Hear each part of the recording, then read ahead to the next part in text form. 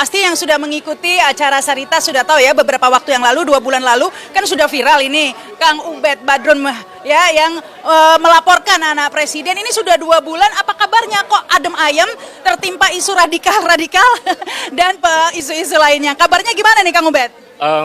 Pertama bahwa upaya untuk melaporkan ke KPK itu sudah kami lakukan. Dan tentu saja kami membawa data ke sana. Jadi sebetulnya yang punya otoritas untuk melanjutkan itu ya adalah KPK. Dan itu fungsi KPK di situ diuji ya sebetulnya. Jadi kalau ditanya kabarnya, saya sudah dipanggil lagi waktu itu sekitar 2 jam untuk mendiskusikan soal data-data yang kami sampaikan. Selanjutnya langkah saya kira KPK. Sampai saat ini saya masih percaya dengan KPK bahwa KPK akan bekerja sesuai dengan undang-undang. Tapi kalau KPK bermain-main dengan undang-undang, saya kira saya sangat kecewa dengan itu ya. Langkah selanjutnya ini Kang Ubed kan sudah 2 bulan, tapi sejak dipanggil itu yang diminta penjelasan selama 2 jam, tidak ada follow up apa-apa lagi? Sejauh ini masih didalami, karena memang itu memerlukan satu analisis yang lebih dalam dan mungkin juga proses verifikasi data yang di bagian dari pengaduan masalah. Saya melihat mungkin mereka diskusinya agak panjang soal itu. Pasti dalam banget itu ya. Ini soal sesuatu yang sangat sensitif ya terkait dengan bagian dari elit kekuasaan. Apalagi sekarang misalnya tokoh penting dari perusahaan besar yang salah satu yang saya sebutkan sebagai bagian dari proses yang saya laporkan di dalam dokumen-dokumen itu diangkat menjadi wakil otorita IKN misalnya. Di antara tokohnya ya, bukan orang yang saya sebut sebelumnya. Tapi bahwa itu juga adalah tanda-tanda bahwa ini aneh langkah-langkah rezim ini dan saya kira saya pribadi masih terus konsisten untuk mengawal kasus ini agar KPK betul-betul membongkar praktek KKN ini.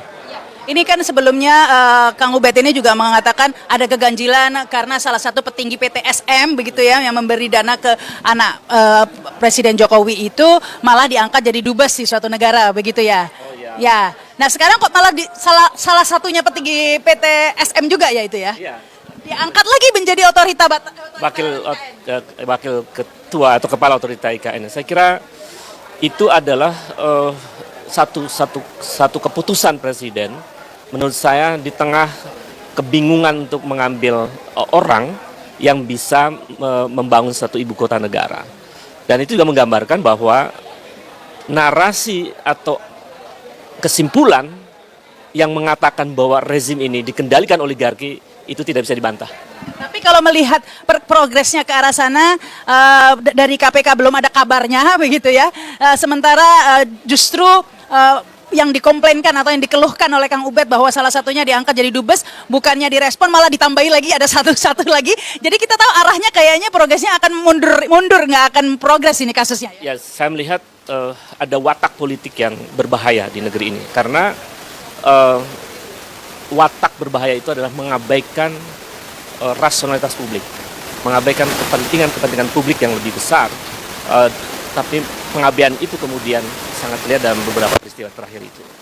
Artinya dia bukan memperhatikan kepentingan rakyat, tapi lebih mementingkan kepentingan yang disebut sebagai oligarki. Seandainya kasus ini di KPK kemudian seperti yang saya infokan tadi ya bahwa sepertinya progresnya arahnya kok malah mengangkat satu lagi dari petinggi PTSM begitu ya. Nah seandainya tidak ada perkembangan dari KPK ini, Kang Ubed kepikir ada langkah lain nggak Kang Ubed? Saya kira yang memikirkan tentang langkah lain itu saya lihat cukup banyak.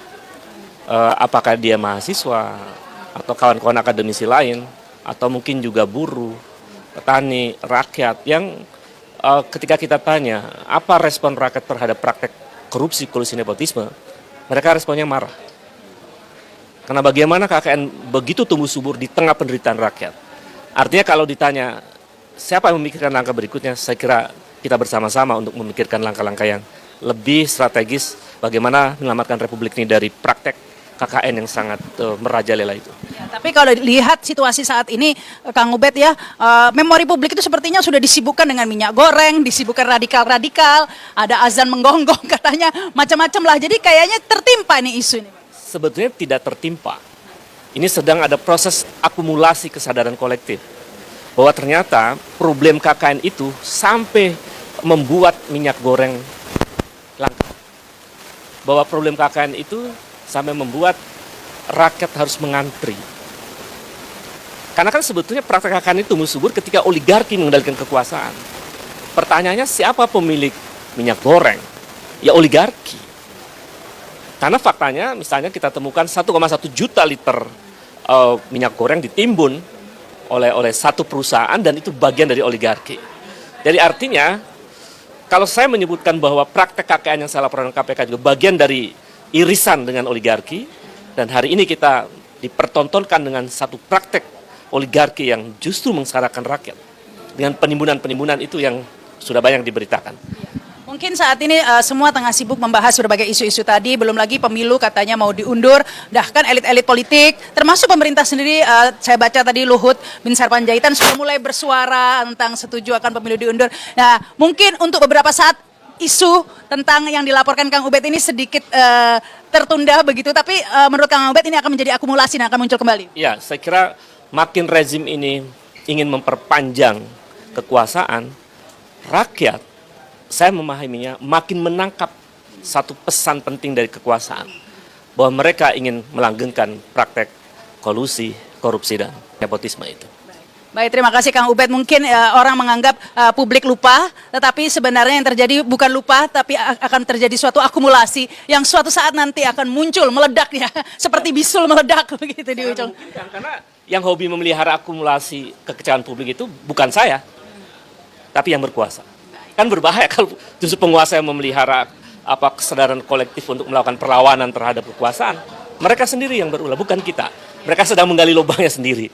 Saya kira itu. Yang pasti publik sebenarnya tidak pernah lupa begitu ya. Termasuk realita TV ini masih tetap